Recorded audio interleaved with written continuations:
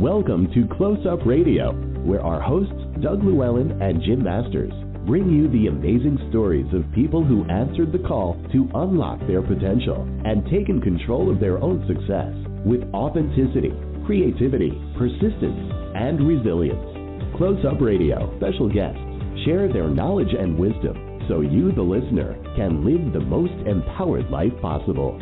Close Up Radio. And now, here's today's host, Jim Masters.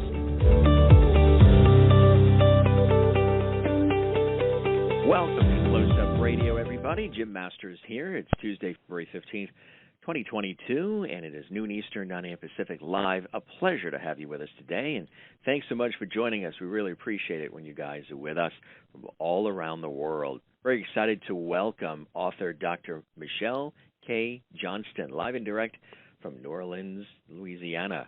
You know, companies that attract and employ jerk bosses are suffering.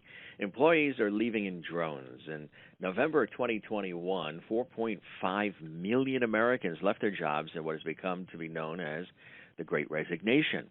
Dr. Michelle K. Johnston is the author of The Seismic Shift in Leadership, How to Thrive in a New Era of Connection. She says we are in a new era of leadership. Employees want to be seen and heard, valued, and appreciated. The Seismic Shift in Leadership compiles Dr. Johnston's experience as an executive coach and business professor with the voices of leaders at organizations both large and small. The book offers leaders concrete strategies to project their authentic leadership style, show compassion for their team, and align with their organization.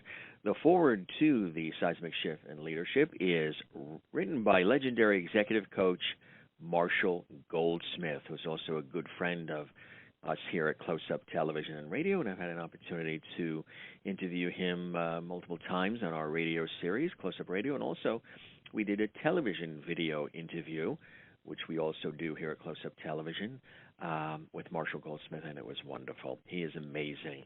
So that's a great forward to have. The seismic shift in leadership is critical for leaders today as you move into a more digital and virtual working environment. Dr. Johnston's research methodologies and expert examples create the perfect blend to apply critical communication skills to your life. So read the book, apply it to your leadership, and watch the incredible results happen. The book is available at Amazon. We're going to welcome her live and direct from New Orleans again, right here, live on Close Up Radio for the next 30 minutes. Author, Dr. Michelle K. Johnston. Dr. Johnston, welcome to the program. It's a pleasure to have you here today. Oh, thank you so much, Jim. I'm just so excited to spend this time with you, and thank you for the lovely introduction. My pleasure. You are very, very welcome. What inspired you to go into this line of work? You know, I always love to find out what it is about people in terms of making them tick, to realize the things in their life that they're meant to do, not just that they want to do, but they're meant to do.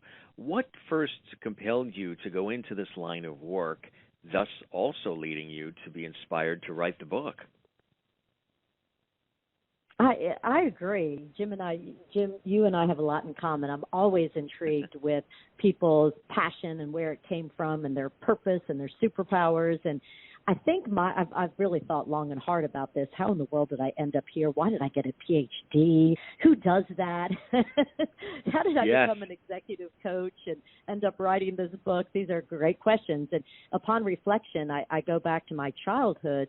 And my father was in corporate America with GMAC, and we moved around every 2 years.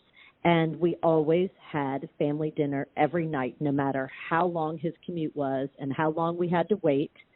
We sat around the dinner table, my brother, mom, dad, and I. My dad was really successful, which is why he kept getting promoted and why we moved every 2 years. And so the topic of conversation each evening was about General Motors and his new position and him as a leader and how to motivate and how he was treated and how to communicate. And I just found it fascinating. I was always asking questions. And my brother didn't find it fascinating at all. And we talk a lot about that. He's like, oh, yeah, I really didn't. I wasn't interested in that. And I was. And that propelled me to end up getting a PhD in communication. And I loved teaching. And, you know, one of the questions I get asked is, you know, what did you want to be when you grew up as a little kid? And I vividly remember the Christmas where Santa Claus brought me a chalkboard. And all of a sudden, all the neighborhood kids had to be my students. I was not a student. Oh, no, no, no. I was the teacher, and I think I was maybe 6 years old. And that certainly continued. So I really loved teaching, and I'm a business professor at Loyola University, New Orleans. I just celebrated, which I've been in shock. Yesterday I was recognized for teaching for 25 years, which I just can't, I don't know how that has happened, but I thoroughly enjoy being in the classroom. Thank you so much, Jim. Thank you. So I had this real interest in leadership from a young age because of my father, and I had a real propensity, kind of desire to teach. So it does kind of make sense that I'm an executive coach. I help leaders communicate. I help leaders build cohesive teams. I help leaders create psychological safety and trust, can maximize the performance from their employees. So that's what I do as an executive coach. And then I teach strategic communication. You know, you mentioned Marshall Goldsmith's name. I'm so fortunate, Jim, to have him as my mentor. I'll never forget, in 2001, I was in my office at Loyola as a young faculty member, trying to put my head down and publish or perish and figure all of those things out and what I was interested in. Even back then, I was interested in the soft skills of leadership, which really are the hardest, let's be honest. The soft skills of how do you lead through listening? How do you build this cohesive team that is collaborative so that you can get the most out of them?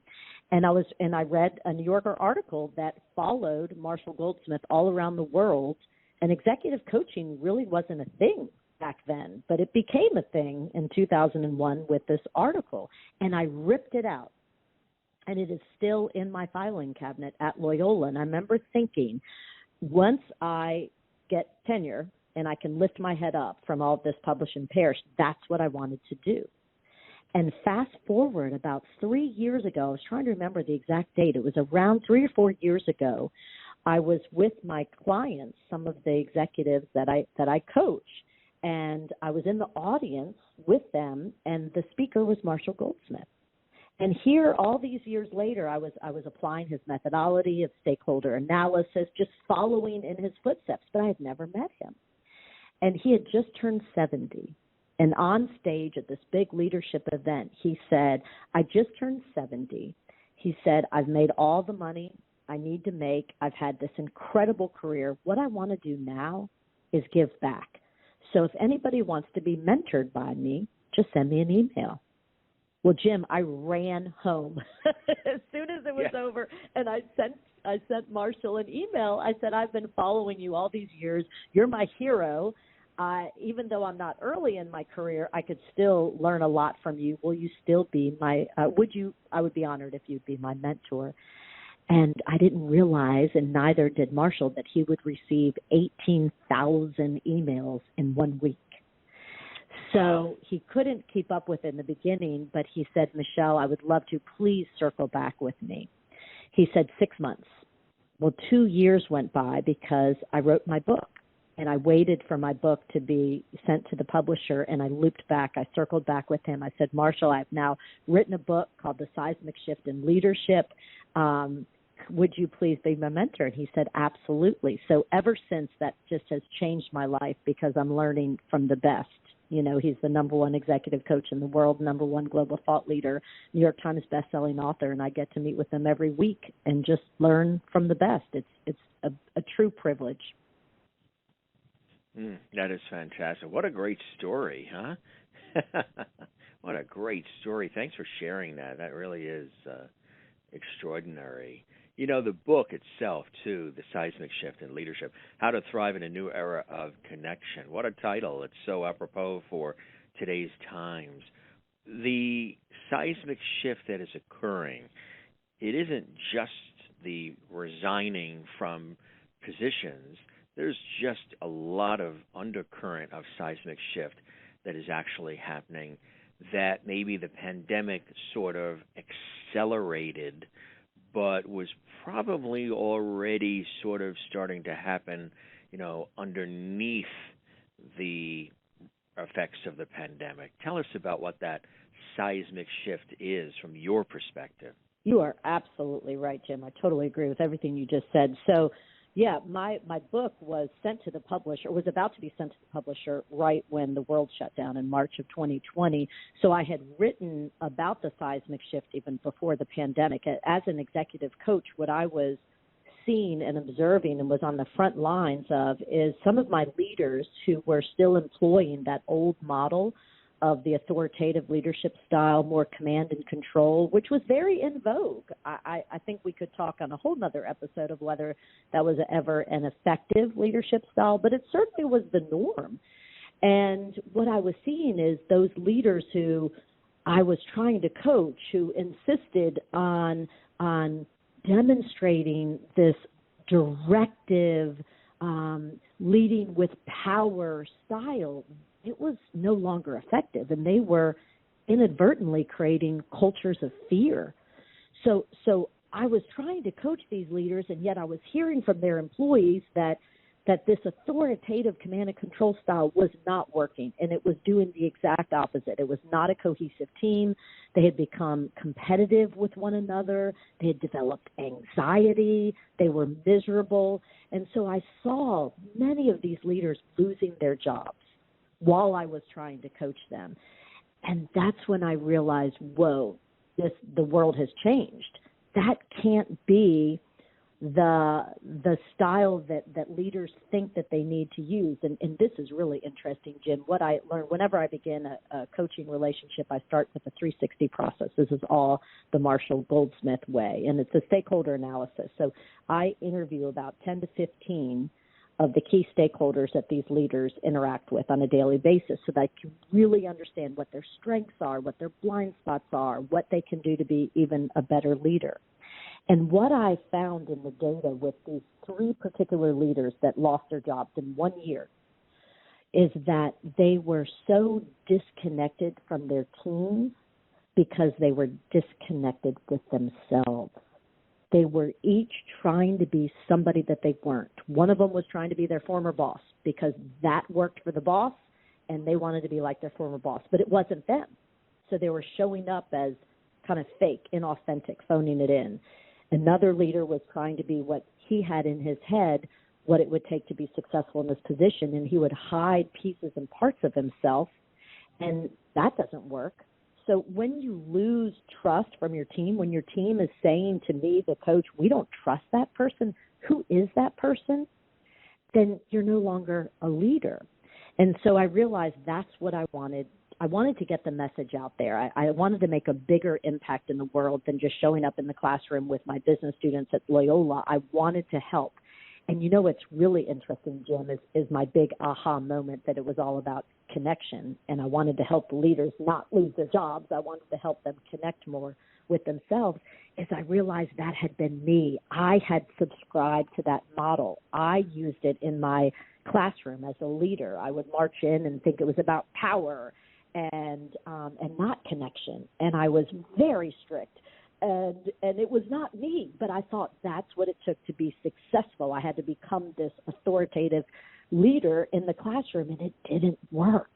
My evaluations came back and said, who is this person? Because my students would see me in the hallways, and I'm a pretty, positive, enthusiastic kind of nurturer, and yet in the classroom I was trying to be somebody else.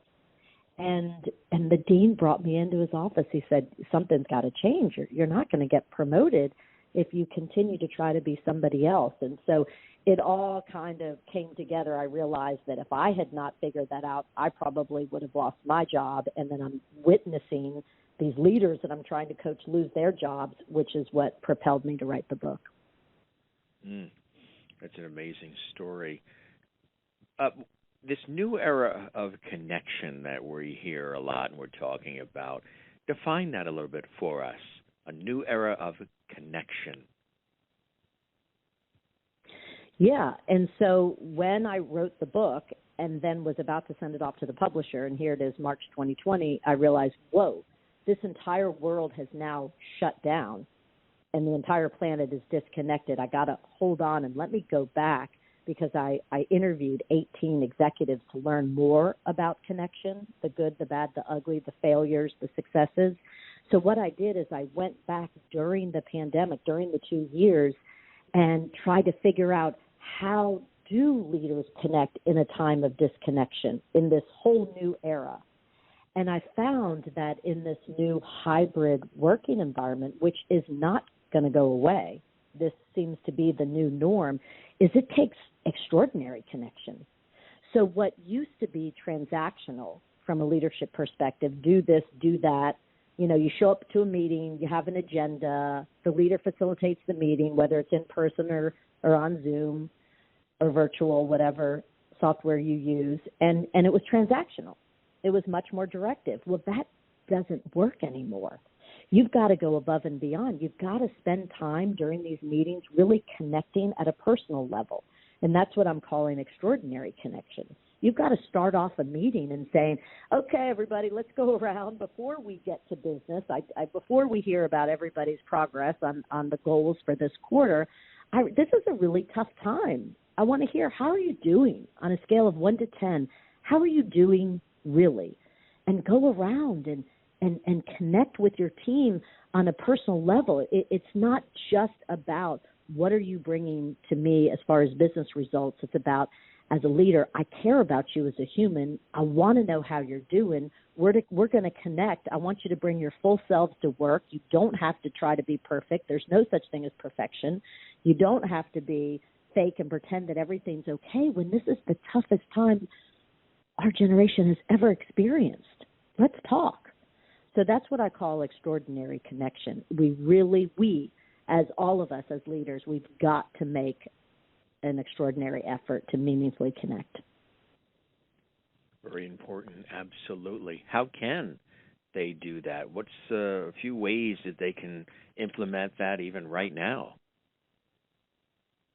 Yeah, so I'll love this, and I hope it's okay. I don't think I'm cursing, but I just find it hysterical. One of the leaders I was just coaching, I said, okay, what are you doing to meaningfully connect with your direct reports in your monthly team meetings? And so she's got 10 direct reports, and they're on Zoom. They're still working from home. I said, tell me, what are you doing to extraordinarily connect? And she said, well, I know a lot of people just go around and ask their people, how are you doing? She said, I decided, since this is such a tough time, I call it happy crappy. And she said, I go around and I ask each person, what's been happy and what's been crappy. She goes, I just feel like we need to be realistic at how hard this has been on everyone and how the resilience is quite low. A lot of people are burned out. I mean, Jim, most of my clients are in the hospital administration. And so, my goodness, they're having to motivate the frontline workers who have been the ones dealing with COVID. And, oh, my gosh, they've had very little of a break at all throughout this, and they are burned out. And so these hospital leaders are having to figure out, how do I make sure that my employees, their mental health is okay? How can I connect with them on a personal basis? And so when you ask what you can do, that's what this shift is about. Is it used to be okay as leaders just to focus on business. A lot of leaders were like, I really don't want to know your personal life. I want to keep it very, compartmentalized, right? And you just can't do that anymore. You just can't. Think about it, Jim. We've been showing up for 2 years on these virtual calls where leaders are now, sometimes in their children's bedrooms because it's the only quiet spot on that day in the house, and their workers are working on kitchen bar stools with dogs barking and UPS men ringing the doorbell. I mean, we've now been in each other's personal spaces, and you can't put the toothpaste back in the tube. You can't now say, oh, okay, now that the pandemic, hopefully one day will be over, we're now just going to go back to strictly professional, and I don't want to know about your personal life. It's now, you've got to show up and care about the whole person. I hope that makes sense. It does, absolutely. Yeah, it does. Does that make it harder for people to merge the two? Because a lot of us were always raised, you don't merge the two, the professional world with the personal world. You keep them as separate entities. And now there's this blending of the two. How do you navigate that, especially for a lot of people who aren't used to that way of doing business or going about things? Yeah, one of the leaders that I coach, he said that exact same thing, Jim. He said, well, Michelle, I hear you, and I just read your book, and I hear that I really need to work harder on connecting with my people because I've just been so task-oriented and such a hard charger, and I realize that's now not going to work, and I've got to kind of pivot. He said, so what I'm going to do, he said, is I'm going to invite my team over on a Friday night, and we're going to have a cookout. And he said, I never would have done that before, but let's see how it goes. And so the next time I talked to him, I said, how was the cookout? And he said, it was amazing. He said, you know, you just realize that it just has to be deeper. I really want to get to know my team on a personal basis because in order to achieve the results right now, we have to have this sense of trust with one another. We have to have collaboration. So if you think about this, the leaders who I coach who give me pushback, and there are some of them who are like, Michelle, I don't have time to go around the room and ask how everybody's doing. And I'll tell them, I said, okay, well, tell me, what do you want to accomplish? He said, I want to grow revenue by 30% this year. That's my goal, and I need the team to do it. I said, okay, got it. I said, but you're not going to get that result unless you spend time building trust, creating psychological safety so that the team feels that they can collaborate with one another in order to get the results. In other words, you need that team, and you need them to be able to listen to one another and not be on a competitive basis and not be fearful, right? You need to create this beautiful team environment, and the only way you do that is through connecting. Connecting is really important, right, to this entire equation. This solution that people talk about for the Great Resignation and for leadership, sort of the same thing. I guess we have to start compartmentalizing. The bosses can be a little nutty sometimes, but they may not necessarily be, a jerk. They might be good husbands and wives and mothers and fathers and friends. Something about the stress of work can cause one to project the stress onto other people, sort of bringing what's going on at home to work or vice versa. So who we are at home is who we need to be at work is the thinking, right? Yes, exactly, Jim. It's bringing your authentic self to work, bringing your full self. And the stresses of the past and of the present of achieve, really did bring out some of the worst qualities of some of the leaders, and they would show up as jerk bosses. But there was a great New York Times article probably a month ago, and the title was No More Jerk Bosses. We just don't have the resilience as humans right now to put up with abusive cultures, work cultures, environments, and jerk bosses. And so we need what I call it is, treat me like a human revolution. We need leaders to see us as humans, because what we have found is that employees want to be seen, heard, valued, and appreciated. So if you want to get that 30% growth, you've got to figure out how you as a leader can make sure that your employees feel seen, heard, valued, and appreciated. And that does take right now some extraordinary connection. It's embedding time. We did an offsite last Friday with one of the chiefs that I coach, and he was just put in a new regional position as a chief executive officer of a region. And so he has a new team. He said, Michelle, can you please come and spend the day at an offsite with my team, and let's work on getting to know each other, getting to trust each other, going through some communication assessments, personality assessments, leadership assessments. Really, so we designed a day that built their team into a cohesive team, because that's what you need in order to get the results. So him, my client, showing up as a jerk boss is not going to get him the 30% growth. But him showing up as somebody who says, hey, I care about you. I want to get to know you, who you are as a person, what motivates you. Let's build this team so that we can be high performing. And it took an entire day off-site, and he texted me over the weekend. He said, my gosh, that was beautiful. He said, I feel we have a real sense of trust, psychological safety. We can do great things now. But, Jim, what I've learned is you have to embed the time to meaningfully connect, whether it's a full day off-site or whether it is spending 30 minutes in a team meeting going around and saying, let's talk about gratitude. What are you all grateful for? Just a question to get to know them on a more personal level rather than, okay, Jim, what'd you accomplish last week? Mm-hmm. It's just a shift. It's a different orientation that focuses more on connection. But what I've learned is you have to embed it in your schedule, or it's just not going to happen organically. You got to embed time for it. Yes, exactly right. That's the key, is taking time to create that time, make that space. You know, the office Christmas party always serves as a function. Remember that, you know, we're all people. We all have lives outside of the office. It should be the office Christmas party almost every day.